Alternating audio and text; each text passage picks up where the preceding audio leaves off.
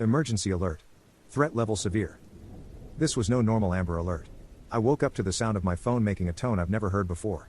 Sort of a rapid fire pinging. I turned it on to see what was going on, and there was some sort of alert notification. What was odd was that I couldn't close it or even turn my phone off. The screen simply would not respond to being powered off. I couldn't screenshot it either.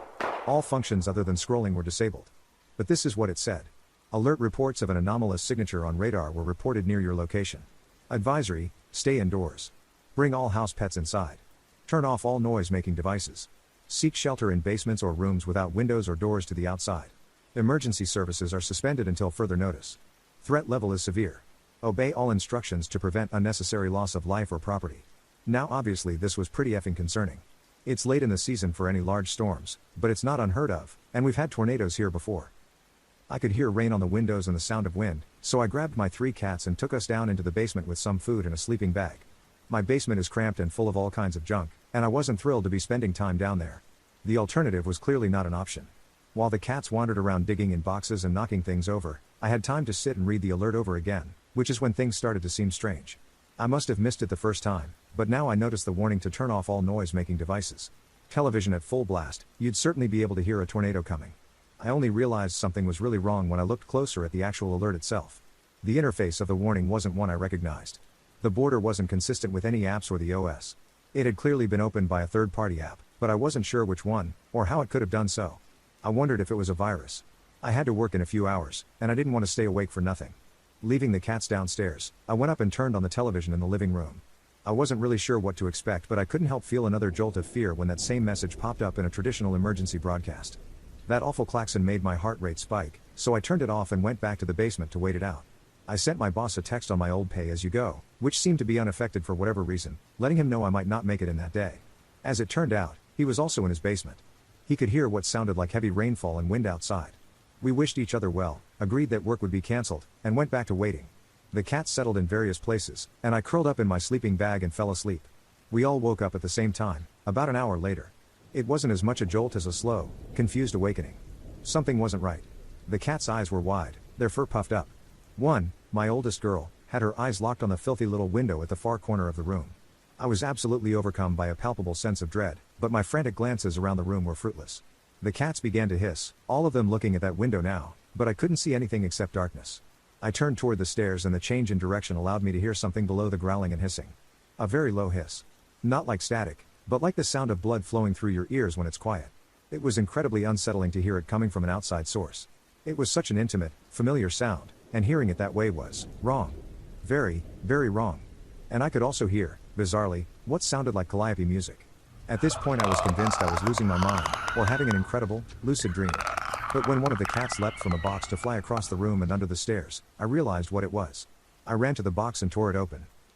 I dug through the contents until I felt cold metal. I lifted out the toy, which had been activated by my cat's weight, and scrabbled for the battery panel. Once the batteries were out and the music had stopped, I stood breathing heavily, holding the little bear in my hands, a music box my mom had given me as a kid.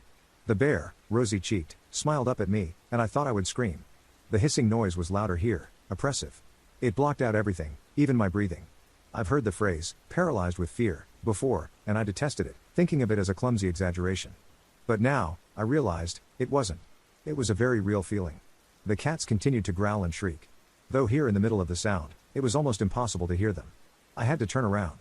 I had to get away from the window, but I simply could not bring myself to move even a single inch. The bear grinned up at me, and I hope I never come that close to the abyss again.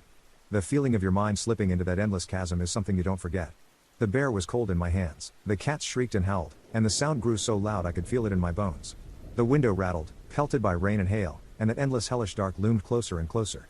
A scream bubbled up and pushed against my teeth when I turned to look through the dirty. Instantly everything stopped. The cats, the hissing, the rain and wind. The basement was silent. The cessation of every single sound in that room was almost enough to send me teetering off the edge. I shivered violently, suddenly freezing. Something was outside, looking in at me. It glowed dimly with a strange, completely alien light. Dirty orange, the color of a nuclear sunset. The panic was so great now that it had transformed into an almost ethereal disassociation. The calm before the predator rips into flesh and bone. Something was at the window. I looked at it with glassy eyes. Looking at it was painful in a way I can't describe. The sight of it, so completely foreign, made my brain feel as if it was being exploded violently outward, tearing at the seams. The only thing that comes close is an optical illusion, something that exists but cannot be. Whatever it was, it had no business here. It was a kind of cloud, a solidified mist, like smoke, but this smoke was very much alive and aware, and it was massive. I think it must have messed with some of my other senses, because I was very much cognizant of the fact that it was larger than my house, larger than many houses, and it had drawn to the calliope music. It watched me, shape swirling and dissolving constantly in its body, but it had no defined shape.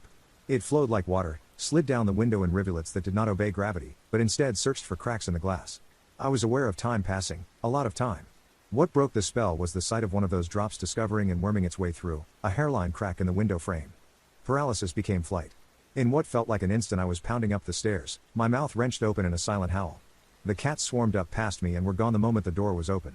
I slammed it shut and ran for the bathroom, where I bolted the door and promptly vomited into the toilet. I flushed the strange reddish-brown contents and curled on my side, wedged between the toilet and the tub, my face against the cool porcelain. I passed out. When I woke up, it was half a day later and my cats were furious at the lack of food. I've been in a daze since I woke up. The alert is gone, but it seems the phone lines are down. I have access to the internet, but it's not behaving correctly. I have access to some sites, but not others. I can't bring myself to leave the house. The sound is gone, as is whatever was creating it. But how can I be sure it won't come back? For now, I've silenced everything. The cats are calm and sleeping, but I'm keeping an eye on them for any warning signs. I'll just keep quiet for a while. It's probably best if you keep quiet too.